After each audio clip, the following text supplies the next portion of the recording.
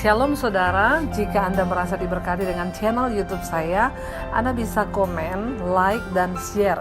Dan jangan lupa tekan tombol subscribe dan juga tombol lonceng agar Anda mendapat pemberitahuan setiap kali saya mengupload video-video yang baru. Ini sangat penting buat channel ini saudara, supaya banyak orang juga diberkati dan channel ini boleh juga terus berkembang dan menjadi berkat buat banyak orang. Terima kasih, Tuhan memberkati. Terima kasih Bapak, kami mengucap syukur buat malam hari ini. Kami tahu hari ini adalah hari yang dijadikan Tuhan. Berkati urapi setiap kami Bapak. Kami datang dengan rasa lapar dan haus akan Tuhan.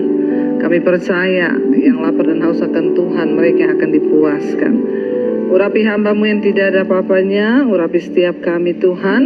Di dalam nama Yesus kami berdoa dan bersyukur. Yang percaya Tuhan di tengah kita, memberkati kita kalakan bersama. Amin, amin.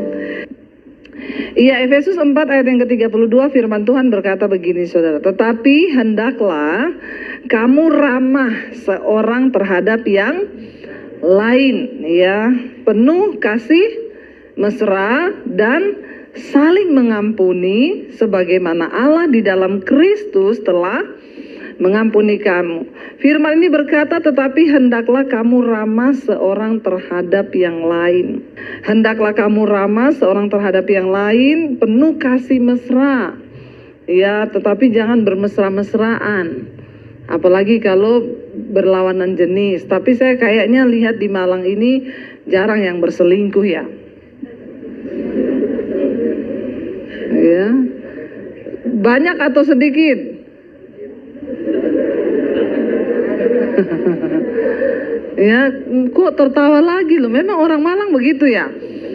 Kalau ditanya tidak ada jawaban malah tertawa ya. Di sini ada kasus perselingkuhan nggak di gereja? Nggak ada ya? Nggak ada yang ketahuan. Ya, saudara, ya ayat ini bilang kita harus ramah ya dengan penuh kasih mesra dan saling mengampuni. Soalnya yang namanya dosa itu sekarang itu ya nggak main-main saudara. Ya, kita harus saling mengasihi tetapi dalam Kristus. Saya percaya semua ini bisa terwujud saudara kalau kita ini mengalami perjumpaan pribadi dengan Tuhan. Katakan amin. Mau setua apapun orang, kalau di dalamnya tidak ada perjumpaan pribadi dengan Tuhan, maka itu akan menjadi sia-sia. Kekristenan itu tidak pernah diukur dari berapa tuanya kita. Karena menjadi tua itu pasti, tetapi menjadi dewasa itu pilihan. Katakan. Saudara mengerti ya kata-kata ini? Menjadi tua itu kan pasti, semua orang pasti jadi tua. Tetapi menjadi dewasa itu adalah pilihan kita. Makanya banyak orang sudah tua, suami saya itu bu, tua bu. Tapi kelakuannya kayak anak-anak. Dikit-dikit ngambek. Kalau ditegur marah, nggak ada tanggung jawab di rumah. Ya nggak pernah perhatikan keluarga. Ya padahal sudah tua loh. Jadi menjadi tua itu pasti, tapi menjadi dewasa itu sebuah pilihan. Sebaliknya saudara, walaupun seorang itu masih muda umurnya, tapi kalau dia berjumpa Yesus, dia menjadi dewasa di dalam rohani, maka itu akan menjadi berbeda. Walaupun muda, penuh tanggung jawab. Saya masih menjumpai di gereja-gereja itu orang tua-tua tapi pikirannya masih anak-anak. Karena nggak berjumpa secara pribadi dengan Yesus. Padahal ke gereja tiap hari Minggu. Makanya saya banyak konselingin orang. Suami saya itu bu, tiap minggu tuh ke gereja bu. Tapi kelakuannya lebih setan dari setan. Tapi di sini tidak ada. Nggak ada yang bertobat. Ya. Jangan sampai loh saudara. Nah, kita akan membaca, kayaknya nggak afdol kalau kita nggak baca pasal ini. Ya, mulai dari Efesus 4 ayat yang ke-17. Bagaimana supaya kita bisa mengambalkan ini, menebarkan pesona kasih Kristus. Dunia ini sedang menantikan ada suratan yang terbuka, yang menjadi role model, yang menjadi contoh di tengah dunia yang semakin gelap. Nah, bagaimana bisa melakukan semuanya itu kita? Mari kita lihat Efesus 4 ayat yang ke-17 saudara. Kita harus menjadi manusia yang baru. Firman ini berkata ayat yang ke-17, kita baca bersama. Sebab itu kukatakan dan kutegaskan ini kepadamu di dalam Tuhan, jangan hidup lagi sama seperti orang-orang yang tidak mengenal Allah dengan pikirannya yang sia-sia. Bagaimana kita bisa mengamalkan tema malam ini adalah menebarkan pesona Kristus. Yang pertama, mari kita ini jangan lagi hidup sama seperti orang-orang yang tidak mengenal Allah dengan pikirannya yang sia-sia. Banyak orang berkata mengenal Tuhan, tapi dalam prakteknya itu sebenarnya mereka belum mengenal Tuhan. Percaya Tuhan itu berbeda dengan mengenal Tuhan. Percaya saja tidak cukup, kita perlu mengenal, ya. Karena kalau kita mengenal itu berbeda saudara, kita masuk lebih dalam dan pengenalan itu sangat didasarkan kepada sebuah hubungan. Siapa yang mengenal suami saya saudara? Yang paling tahu suami saya itu ya saya, karena saya istrinya. Setiap hari saya bertemu dengan dia, setiap hari saya bergaul dengan suami saya. Nah, yang paling mengenal saya siapa saudara? Suami saya, selain Tuhan tentunya. Nah, bahaya itu kalau istri kita itu kita tidak mengenal istri kita, malah suami tetangga lebih mengenal istri kita, itu bahaya. Ya, kenapa kita bisa masuk dalam pengenalan? Saya kenal suami saya. Waktu kami pertama menikah, dia kalau mau minta kopi masih ngomong, "Say, kopi boleh." Iya, kalau dia minta saya beri. Tapi lama-lama setelah kami bergaul, dia garuk-garuk kepala gini, saya udah tahu dia mau ngopi. Ya, dia gerak sedikit saya sudah tahu, "Say, kenapa lapar?" "Kok tahu?" "Ya, saya tahu bahasa tubuhmu." Dia garuk kepala, "Saya kopi." "Kok tahu?" "Iya, saya tahu." Karena kami sudah saling mengenal lama. Apalagi wanita harusnya lebih peka terhadap suami. Ya, saya tahu dia begini, dia gini, dia gini. Oh, dia mau ini, dia mau ngopi, dia gini. Tapi kadang saya sudah gini, dia enggak ngerti saudara. Tapi nggak apa-apa, nggak usah alay lebay. Memang kita ini wanita diciptakan sebagai jadi kita itu penolong lebih kuat daripada yang ditolong. Ibu-ibu langsung semangat bilang, iya, laki-laki itu kelihatannya saja perkasa, padahal mereka makhluk yang lemah, yang perlu Jadi bapak-bapak jangan sombong. Engkau memerlukan istri di sampingmu. Sebab yang ngomong Tuhan, tidak bagi kalau wanita itu laki-laki itu seorang diri. Aku akan memberikan dia seorang penolong. Ya, pengenalan itu didasarkan oleh sebuah hubungan. Semakin dalam hubungan dibangun, maka semakin kenal kita. Jangan kita hidup menurut lagi pikiran-pikiran orang-orang yang tidak mengenal Allah. Orang yang tidak mengenal Allah itu nomor satu, terlihat dari apa? Pikirannya itu sia-sia. Makanya firman Tuhan berkata, ya, janganlah engkau menjadi serupa dengan dunia ini, tetapi berubahlah oleh pembaharuan budimu. Seseorang itu bisa berubah waktu pikirannya itu diubah. Apa yang bisa mengubah pikiran kita? Nggak ada lain selain firman Tuhan. Makanya isi hidup kita dengan firman supaya pikiran ini nggak sia-sia. Makanya Rasul Paulus bilang, dulu sebelum aku mengenal Yesus, aku melakukan hal-hal yang merupakan kebanggaan. Tetapi setelah aku mengenal Kristus, aku meninggalkan semuanya itu. Bahkan dulu apa yang merupakan keuntungan bagiku, sekarang ku anggap rugi. Karena pengenalan akan Kristus Yesus Tuhanku itu lebih mulia dari segala-galanya. Saya dulu sebelum bertobat terima Yesus, saudara, saya melakukan hal-hal yang nggak penting, bahkan itu dosa, dan saya menganggap itu kebanggaan. Tapi saya ya bangga, orang dunia itu berdosa bangga loh. Orang dunia itu selingkuh bangga loh. Padahal kalau kita di dalam Tuhan, kita tahu itu adalah hal yang menyakiti Tuhan, itu hal yang bodoh. Tapi bagi orang dunia itu kebanggaan. Ya, ada orang dunia yang kalau merokok itu dia bangga, dipikir jantan. Kalau dia mabuk itu bangga, saudara. Ini orang-orang yang pikirannya masih sia-sia, tidak mengerti kebenaran.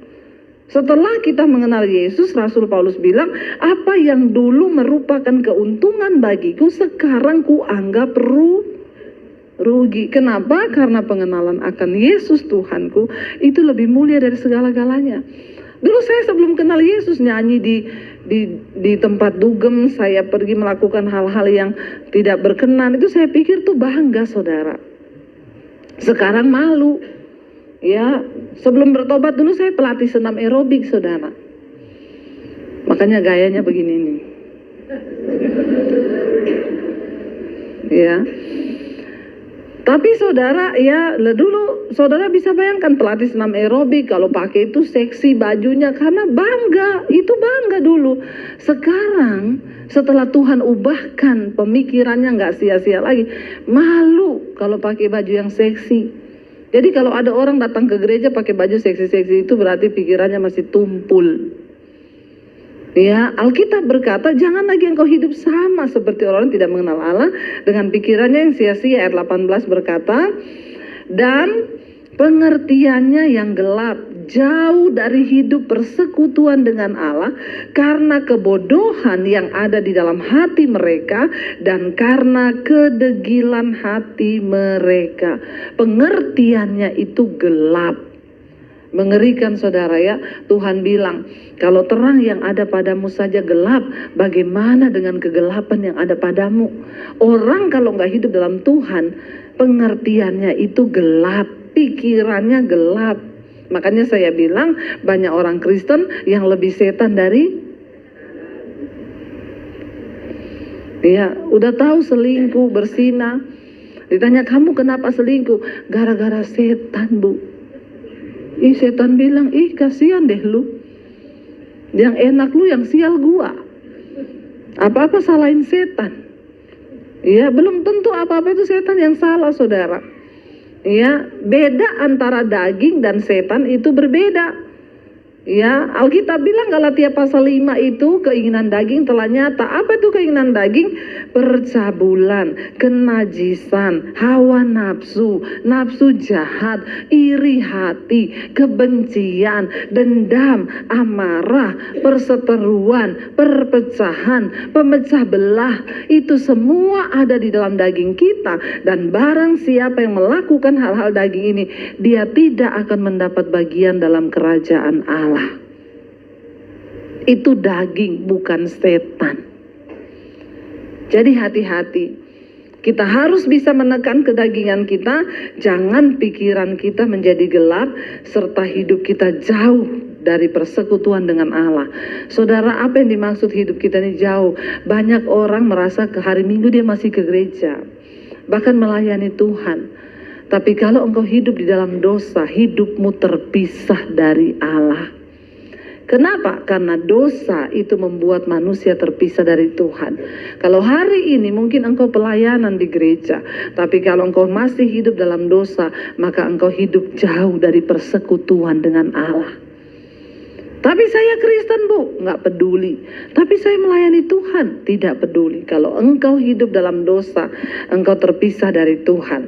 Ayat 19 berkata, kita baca, karena itu saudara, ayat 19 bilang perasaan mereka telah tumpul, sehingga mereka menyerahkan diri kepada hawa nafsu dan mengerjakan dengan serakah segala macam kecemaran. Orang kalau pikirannya itu saudara sia-sia, pengertiannya gelap, maka perasaannya menjadi tumpul, nggak peka sama Tuhan, nggak ada kepekaan sama Tuhan, bahkan sudah melakukan dosa. Orang-orang itu ya saudara, kadang engkau masih hidup dalam kepahitan, engkau membenci orang lain, ya, engkau tidak peka dengan Tuhan. Itu yang dibilang perasaanmu tumpul. Harusnya kita ketika bergaul dengan Tuhan, maka kita punya kepekaan. Kita marah sama orang aja, itu alarmnya di hati bunyi. Nit, kamu tidak boleh marah, sehingga kita nggak sejahtera. Lalu kita berkata, Tuhan, ampuni aku Tuhan, aku melepaskan pengampunan buat dia, aku tidak mau hidup terpisah dari Tuhan. Orang yang memiliki pikiran yang peka dengan Tuhan tidak tumpul. Kita melakukan hidup ini dalam perkenanan Tuhan, sehingga tiap jam, tiap menit, tiap detik itu ada pertobatan.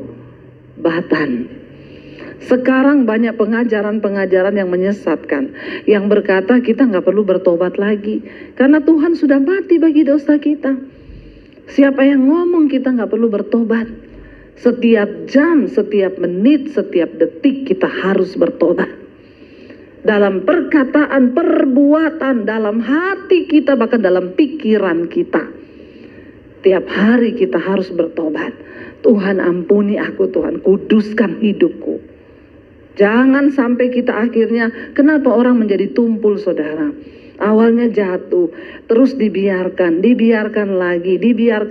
Saya mau kasih contoh. Ya saudara, orang kalau hidup dalam Tuhan, dia masih bisa berdosa nggak menurut saudara? Orang yang hidup dalam Tuhan masih bisa berdosa? Saudara bisa jatuh dalam dosa? Saudara masih bisa berselingkuh? Pendeta bisa nggak selingkuh? Kok lebih kenceng ngomongin pendeta ya? Ditanya saudara bisa selingkuh? Bisa. Pendeta bisa. Kayaknya ada sesuatu ya. Tidak ada seorang pun dari kita yang kebal terhadap dosa. Tapi kita harus mengerti cara kerjanya dosa itu dalam hidup kita. Kenapa orang bisa jatuh dalam perselingkuhan? Awalnya dia merasa itu biasa saudara. Apalagi dalam hidup ini saya mau bilang, kita hidup ikut Tuhan, kita hidup dalam kekudusan, kita masih bisa jatuh dalam dosa, tapi kita tidak bisa terikat dengan dosa. Itu bedanya. Orang yang sudah menerima kasih karunia Tuhan, jatuh bisa, terikat no. Kenapa? Karena pikiran kita nggak tumpul. Perasaan seseorang yang dekat dengan Tuhan itu tidak tumpul. Makanya saya nggak terima kalau ada orang bilang gini, iya bu itu pendeta selingkuh. Maklum bu, pendeta juga kan manusia, dia jatuh. Itu bukan jatuh, itu doyan. Itu mau, itu terikat. Orang selingkuh itu tidak satu hari jadi. Ada orang ketemu langsung main mata, selingkuh yuk. Begitu?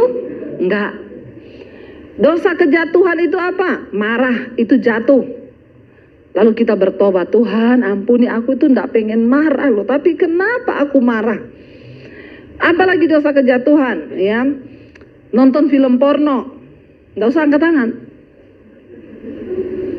Itu bisa kejatuhan. Karena kenapa saudara? Hari ini handphone ini di tangan kita bisa kita pakai untuk hal yang positif, tapi handphone ini juga bisa membawa kita jatuh dalam dosa. Jangan sampai pikiranmu jadi tumpul. Ada orang-orang yang hidup dalam kepahitan berkepanjangan. Sampai tiap kali ingat orang dipahiti itu bisa loh badannya gemeter, jengkel. Kalau kita punya kepekaan, sedikit aja kita jengkel orang ini kayak gini-gini. Lalu Roh Kudus, perasaan kita nggak tumpul. Kita punya kepekaan, Roh Kudus ngomong kamu nggak boleh loh benci sama orang itu. Tuhan ampuni aku Tuhan, dalam nama Yesus aku lepaskan pengampunan. Walaupun aku ini sakit tapi aku, itu namanya pikiran perasaan kita tuh nggak tumpul. Tapi orang kalau pikirannya sia-sia, pengertiannya gelap, maka perasaan mereka tumpul. Sehingga mereka akan terus mengerjakan dengan serakah segala macam dosa. Ayat yang ke-20 dikatakan, tetapi kamu bukan demikian. Kita bukan demikian. Kenapa? Karena kita telah belajar mengenal Kristus. Tapi jemaat Isa Al-Masih Malang tidak demikian. Kenapa? Karena engkau telah belajar mengenal Kristus. Makanya saudara belajar untuk mengenal Kristus. Kita punya Alkitab. Firman Tuhan bilang, bukankah dari kecil ada Alkitab firman Tuhan yang sudah diberikan kepadamu? Karena segala tulisan yang diilhamkan Allah dalam firman ini bermanfaat untuk menyatakan kesalahan, untuk mengajar orang dalam kebenaran, untuk mendidik kita, untuk mengubah kelakuan. Yang saya bingung, ada orang 73 tahun jadi Kristen tapi kelakuan tidak berubah. Ini perlu dibaptis ulang, direndam berapa lama? 15 menit. Biar dia buka mata di rumah Bapa di sorga. Lebih baik tubuhnya binasa tapi rohnya selamat. Ngeri saudara, orang kok puluhan tahun jadi Kristen gak berubah loh hidupnya. Lalu dia bilang lagi, Yesus tidak berubah, karena itu aku pun seperti Yesus. Tidak berubah. Hati-hati saudara, kita harus berubah. Yesus tidak berubah, tapi kita harus berubah. Ya, mari kita mengejar ya apa yang benar, karena kita telah belajar mengenal Kristus. Masalahnya orang Kristen itu nggak pernah baca Alkitab. Banyak yang datang, soalnya saya ini kalau baca Alkitab mesti ngantuk, Bu. Ya, jadi dia konseling sama pendetanya, Pak Pendeta, saya kalau baca Alkitab kok ngantuk ya. Pendeta bilang, pertama dia datang, Pak saya tiap malam tidak bisa tidur Pak. Pak Pendeta bilang, berarti kau disuruh Tuhan itu untuk baca Alkitab tiap malam. Oh begitu ya Pak, iya, tidak ada yang kebetulan. Minggu depan dia balik, puji Tuhan Pak Pendeta, gimana? Imannya luar biasa. Memang Alkitab itu obat tidur yang manjur. Saya kalau nggak bisa tidur, saya buka Alkitab baru 5 menit langsung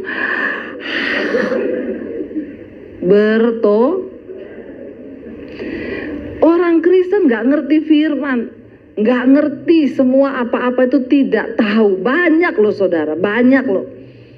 Ya, satu saat di sekolah minggu ada anak nangis, lapor ke papahnya, namanya Yosua. Kamu kenapa? Datang ke ruangan ibadah, kenapa kamu Yosua nangis? Tadi di sekolah minggu aku dituduh merobohkan tembok Yeriko. Teman-temanku semua menertawakan aku sambil nunjuk gurunya juga, Pak. Masa guru ngomong begitu? Iya, tapi kamu tadi enggak keluar-keluar kan? Kamu belajar kan? Iya.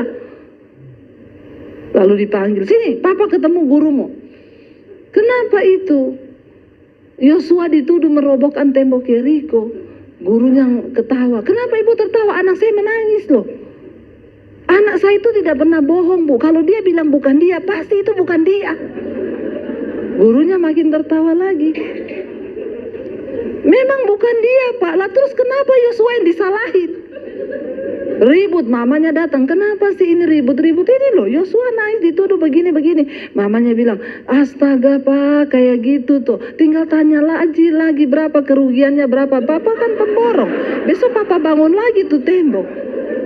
Ini kan ngeri ya saudara, karena orang tua tidak mengerti firman, jadi nggak tahu bagaimana kita mau ajar anak kita mengerti kebenaran. Orang tua sendiri saya nggak pernah buka Alkitab. Makanya di channel YouTube saya setiap malam itu mesbah doa, kita membahas dari kitab Kejadian pasal yang pertama. Ya, saya bersyukur orang-orang ngomong, puji Tuhan Ibu, sejak Ibu bahas dari kitab Kejadian pasal yang pertama, sekarang saya rutin, Bu.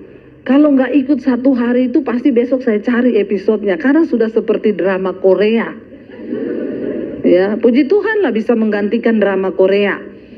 Jadi saya semangat saudara juga. Kenapa? Karena saya mendengar banyak orang-orang yang, ada orang berkata, Bu, saya ini majelis di gereja, Bu. Saya jadi Kristen puluhan tahun, tapi saya baru mengerti kebenaran setelah saya ikuti channelnya Ibu. Saya baru belajar mengenal tentang Tuhan. Mereka bersaksi, sekarang saya lepas rokok, Bu. Dulu saya paling malas lihat orang karismatik kalau nyanyi tepuk-tepuk tangan, nangis. Apa itu nangis-nangis? Kemarin saya wawancarain seorang bapak di Surabaya. Waktu dia sehat, ada seorang kakaknya kirim sama dia, nonton ini khotbahnya Debbie Basir. Istrinya juga mulai nonton. Istrinya bilang, "Pak, kita nonton nih loh Debbie Basir." Nggak seneng sama Debbie Basir itu, kenapa? Dikit-dikit nangis.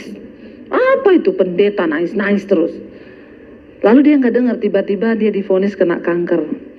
Lalu dia harus berangkat ke Singapura, Malaysia berobat.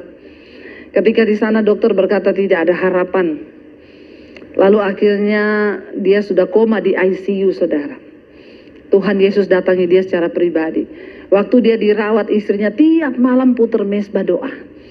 Ya, puter mesbah doa. Ketika dia di rumah sakit, dia berbulan-bulan di rumah sakit. Tapi dia koma 3 hari nggak sadar. Selama di rumah sakit sebelum dia koma, tiap malam istrinya puter. Jadi kita itu mesbah doa kan awalnya lagu dulu, saudara.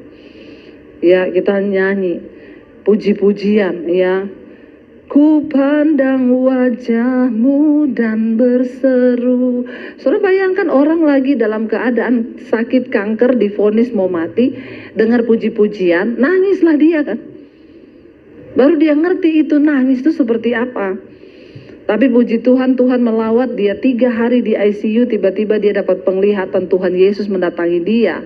Dan akhirnya dia besok paginya bangun, dia sadar, dokter bilang tuh nggak mungkin, dan dia disembuhkan, saudara. Dia bilang, "Ibu Debbie, sekarang saya tiap malam dengar mesbah doa, tiap pagi dengar mesbah syukur, terus Bu baru nyanyi, sudah menangis." Saya bilang, "Sekarang Bapak rasa bagaimana indahnya menangis dalam Tuhan?" "Oh, Bu, ngomong sama saya aja udah nangis." Makanya beda orang itu kalau mengalami Tuhan. Ya, saya mau tanya, yang sudah ikut channel saya berapa banyak? Angkat tangan. Banyak. Yang belum bertobat. Tolong jangan lupa subscribe, komen dan share. Ya, saya bersuka cita mendengar orang berubah hidupnya. Itu yang lebih menyenangkan Tuhan. Apa mujizat terbesar dalam hidup ini? Waktu hidup kita diselamatkan dan kita mengalami perubahan. Itu mujizat terbesar. Belajar untuk mengenal, karena kamu sudah menerima pengajaran di dalam Dia, ya. Ayat yang ke-21 dikatakan, karena kamu telah mendengar tentang Yesus dan menerima pengajaran di dalam Yesus menurut kebenaran yang nyata dalam Yesus. Kamu telah belajar mengenal Allah, kamu telah mendengar tentang Tuhan, kamu menerima pengajaran di dalam Dia menurut kebenaran yang nyata dalam Yesus. Jadi kebenaran itu hanya ada di dalam Yesus. Saudara, yang namanya kebenaran, ayat ini berkata, di dalam Yesus itu ada kebenaran. Dan kita ini harus memancarkan terang kasih Tuhan itu. Sehingga ayat yang ke-22 berkata, ya, bagaimana orang yang sudah mengenal kebenaran itu? Yaitu bahwa kamu berhubung dengan kehidupan kamu yang dahulu harus menanggalkan manusia lama yang menemui kebinasaannya oleh nafsunya yang menyesatkan, supaya kamu dapat dibaharui di dalam roh dan pikiranmu dan mengenakan manusia baru yang telah diciptakan menurut kehendak Allah di dalam kebenaran dan kekudusan yang sesungguhnya. Jadi kita ini di dalam Kristus harus menjadi ciptaan yang baru. Ya, yang lama sudah berlalu, yang baru sudah datang. Saudara, kita ini untuk menjadi manusia baru itu saudara nggak bisa hanya dengan berdoa, "Tuhan, ubah aku, simsalabim, abrakadabra." Ketika kita berdoa untuk menjadi manusia baru, contoh nih, kita kan harus tahu diri kita, ya. Siapa yang paling tahu? Saya dulu ketika bertobat, saya baca Alkitab, saya baru temukan, waduh, ternyata dalam diri saya ini banyak sekali dosa. Saya sudah berjumpa dengan Tuhan itu. Tapi saya mulai baca Alkitab, jangan marah, jangan iri hati, jangan ini. Waduh, itu semua ternyata ada dalam diri saya, Tuhan. Saya mau beresin hidup saya. Saya berdoa, Tuhan, hari ini saya mau jadi orang yang tidak marah-marah, Tuhan. Dalam nama Yesus saya puasa. Saya keluar kamar, Adik saya maki-maki saya nggak ada alasan.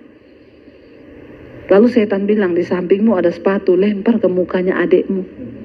Kalau dulu sebelum saya mengenal Yesus, saya ambil benar, saya lempar ke mukanya dia. Tapi saat itu ketika ya setan bicara begitu, Roh Kudus ngomong, jangan marah, tinggalkan panas hati itu. Kamu sedang berdoa supaya menjadi orang yang tidak marah-marah. Harap tenang, ini ujian. Amin. Saya baru mengerti dulu kalau orang ujian itu tulisannya harap ada ujian. Kenapa? Karena di dalam tinggal tenang itu terletak kekuatanmu. Waktu saya mau balas dia, iblis lempar pakai sandal, lempar di mukanya dia. Roh Kudus ngomong, jangan, tenang, ini ujian. Saya bergumul tiap hari untuk bisa nggak marah. Anda yang paling tahu dengan dirimu apa dosa yang masih ada dalam kita. Itu nggak bisa simsalabim, kita harus bergumul menjadi manusia baru. Satu kali ada anak muda saudara, anak kos, ini dia kos di Jakarta, dari luar pulau, ya namanya Joni. Tidak ada nama Joni di sini tuh, aman ya. Kalau saya pakai Bambang atau Joko masih banyak di sini. Jadi kita pakai nama Joni yang aman saja. Dia datang di KKR, dia ini terikat dengan kemabukan, persinahan, judi, rokok, semuanya. Begitu dia dengar firman, pendetanya bilang, maju ke depannya mau bertobat. Dia lari dari belakang, dia dijamah Tuhan. Lari tersungkur, didoakan, saudara, nangis, air mata keluar, air hidung keluar, air mulut keluar. Lalu akhirnya dia dijamah Tuhan, dia pulang. Terima, jadi manusia baru. Dia pulang, dia masuk ke kamar kosnya, dia gali tanah di belakang rumah. VCD pornonya, minuman, botol whisky-nya, kartu judinya, film pornonya, dia tanam semua di belakang rumah, dia taruh salib. Joni yang lama wafat. Tanggal sekian, jam sekian. Lalu temannya datang, Joni minum yuk. Tidak, Joni yang lama sudah mati. Sekarang yang ada Joni yang baru. Alah gaya lu gini-gini. Sebab perbuatan daging itu telah nyata. Joni khotbah. Ya lolos dia dalam hal judi. Besok datang temannya lagi nawarin dia minum. Ayo minum Joni. Tidak, Joni sudah wafat. Hari ketiga pacarnya Joni datang pakai rok mini. Dia langsung rangkul Joni. Joni tengking dalam nama Yesus. Pacarnya bilang, ngapain sih lu macem-macem? Langsung Joni bilang, daging memang penurut, roh memang penurut, tapi daging lemah. Mulai cari ayat pembenaran firman. Akhirnya Joni jatuh lagi saudara. Dia jatuh dalam perselingkuhan. Temannya datang, John 3 hari lalu katanya lu sudah bertobat. Seperti Tuhan Yesus, pada hari yang ketiga dia bangkit kembali. Joni pun bangkit hari yang ketiga. Saya mau kasih contoh dari ilustrasi ini apa saudara? Kita kalau mau jadi manusia baru, perjuangan. Bisa nggak jatuh lagi? Bisa, tapi jangan menyerah. Terus bangkit saudara. Ya, jangan menyerah. Dikatakan, ayo kita ini, mari saudara, kita menanggalkan semua hal yang berbau dosa, kita membuang segala yang tidak benar, kita harus mengenakan manusia baru yang telah diciptakan menurut kehendak Allah di dalam kebenaran dan kekudusan. Karena itu 25 berkata, buanglah dusta, berkatalah benar seorang kepada yang lain, karena kita adalah sesama anggota. Jangan hidup dalam kebohongan. Bapak-bapak jangan suka berdusta. Ya, kalau engkau punya uang 1 juta, jangan bilang cuma 500.000. Amin bapak-bapak. Kok yang amin ibu-ibu ya? Bapak-bapaknya ada amin? Hati-hati loh ya. Tidak boleh ada uang sial di antara kita. Suami istri harus jujur dalam hal keuangan. Jangan ada dusta, makanya rumah tanggamu tidak diberkati. Ya, uang disembunyi di kaos kaki. Ya, susah saya bu, simpan uang setengah mati. Karena istri saya pintar cari uang. Saya taruh di kaos kaki, hilang. Saya taruh di lemari, hilang. Ya, makanya itu kemarin istri saya tanya, itu uang yang di rak buku tumpukan yang ke-10 di amplop merah, uang apa? Uang sial. Kenapa sial? Udah gua umpetin lu temuin juga. Sial banget tuh duit. Jangan suka bohong. Ibu-ibu juga tidak boleh bohong. Terbuka apa adanya. Orang yang hidup dalam kebenaran, tidak ada dusta dan kebohongan. Hidup ini enak, saudara. Kalau kita ini hidup dalam kekudusan, orang yang paling bahagia di dunia ini bukan orang kaya. Siapa bilang orang kaya itu yang bahagia? Orang yang paling bahagia di dunia itu orang yang hidup dalam kebenaran. Ya, uang itu tidak dibawa mati. Tapi tidak ada uang bawaannya. Ya, ada yang bilang memang benar peribahasa berkata lebih baik ya gaji 10 juta disertai dengan ucapan syukur daripada gaji 1 juta dengan sungut-sungut.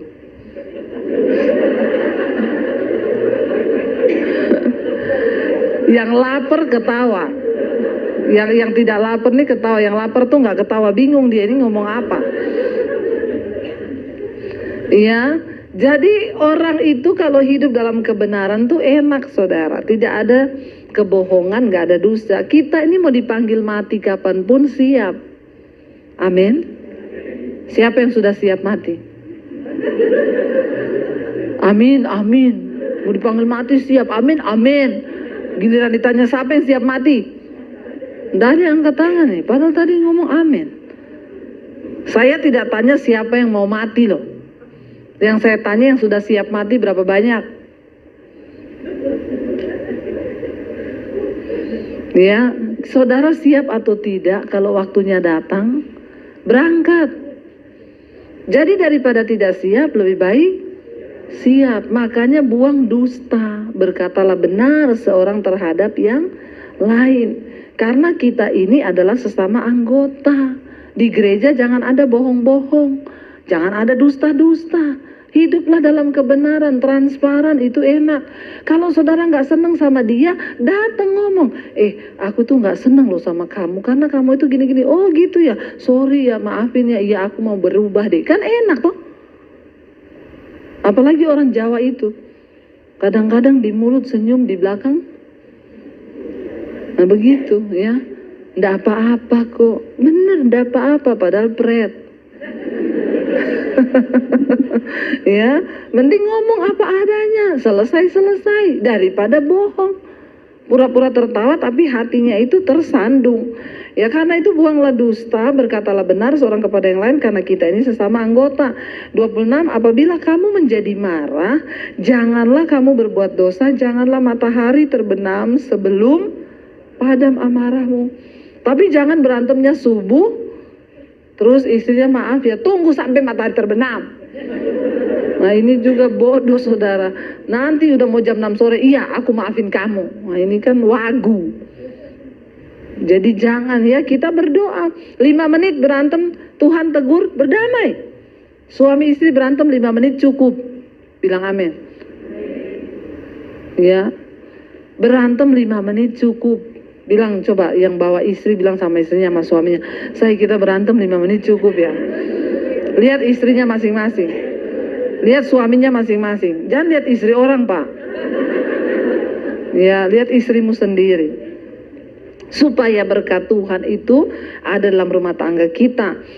Ayat yang 27, dan janganlah beri kesempatan kepada iblis. 28, orang yang mencuri janganlah ia mencuri lagi, tetapi baiklah ia bekerja keras dan melakukan pekerjaan yang baik dengan tangannya sendiri, supaya ia dapat membagikan sesuatu kepada orang yang berkekurangan. Jadi kita harus kerja, jangan minta-minta, jangan apalagi mencuri. Ada orang gak mau kerja, maunya cuma mencuri. Ingat ya, uang yang kita dapatkan dengan yang tidak halal itu percuma saudara. Ya, supaya kita harus kerja dapat membagikan sesuatu pada orang lain. Janganlah ada perkataan kotor keluar dari mulutmu, tetapi pakailah perkataan yang baik untuk membangun di mana perlu, supaya mereka yang mendengarnya beroleh kasih karunia. Jangan ada perkataan kotor di mulut kita. Tapi pakailah perkataan yang baik untuk membangun di mana perlu, supaya mereka yang mendengarnya beroleh kasih karunia. 30, janganlah kamu mendukakan Roh Kudus Allah yang telah memateraikan kamu menjelang hari penyelamatan. 31, segala kepahitan, kegeraman, kemarahan, pertikaian, fitnah hendaklah dibuang daripada kamu, demikian pula segala kejahatan. Nah, ini baru ayat 32, tetapi hendaklah kamu ramah seorang terhadap yang lain, penuh kasih mesra dan saling mengampuni, sebagaimana Allah di dalam Kristus telah mengampuni kamu. Mari kita sama-sama berubah. Kita mau bersyukur Tuhan sudah menyelamatkan kita, mengubahkan kita. Biar kita mau bilang malam hari ini, Tuhan, kami telah mati. Ku telah mati dan tinggalkan cara hidupku yang lama. Mari kita bangkit berdiri bersama. Ku telah mati dan tinggalkan cara hidupku yang lama. Katakan itu semua sia-sia, semuanya sia-sia.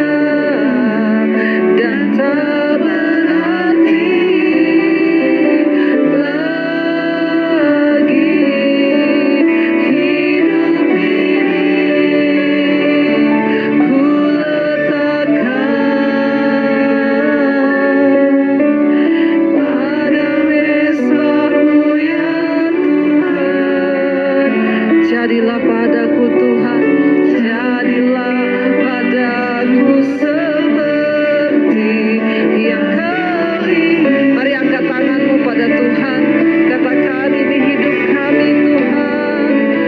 Ku telah mati dan tinggalkan cara hidupku yang lama. Semua itu sia-sia, amin, dan tak berarti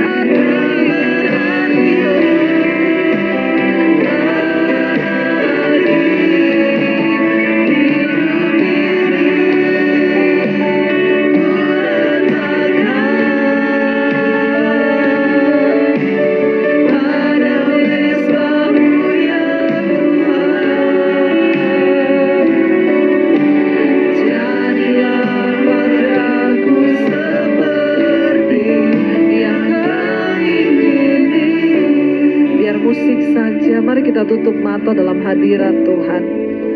Saudara, mari kita selidiki hidup kita. Kalau masih ada dosa yang membuat berkat Tuhan terhalang dari hidup kita, bertobat malam ini di hadapan Tuhan. Katakan, Tuhan, aku mau buang segala amarah, segala kepahitan, segala dosa, kenajisan, keterikatan dengan pornografi, dengan kepahitan, dengan iri hati, fitnah, kata-kata kotor. Kami mau bereskan hidup kami di hadapan Tuhan. Karena kami tahu semua yang melakukan hal-hal demikian tidak mendapat bagian dalam kerajaan Allah. Kami bersyukur Engkau sudah mati bagi hidup kami, Tuhan. Mungkin hari ini ada di antara kami yang difitnah, kami disakiti, Tuhan. Kami mau bayar harga, melepaskan pengampunan secara penuh. Lihat dan selidiki hati kami. Kalau sekiranya masih ada amarah, rasa tersinggung, ampuni kami, Tuhan.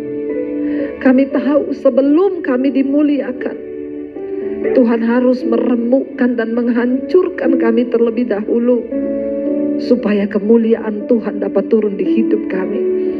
Kami tidak ingin ada penghalang berkat di hidup kami. Kami mau bereskan hati kami, Tuhan. Kami mau diubahkan menjadi ciptaan yang baru, agar kami boleh menjadi suratan Kristus yang terbuka. Terima kasih Bapa, Engkau materaikan firman-Mu. Hamba sudah selesai berbicara, tapi Roh Kudus akan memateraikannya, sehingga hidup kami mengalami perubahan dan membawa kemuliaan Tuhan. Di dalam nama Yesus yang percaya diberkati Tuhan, katakan bersama, amin.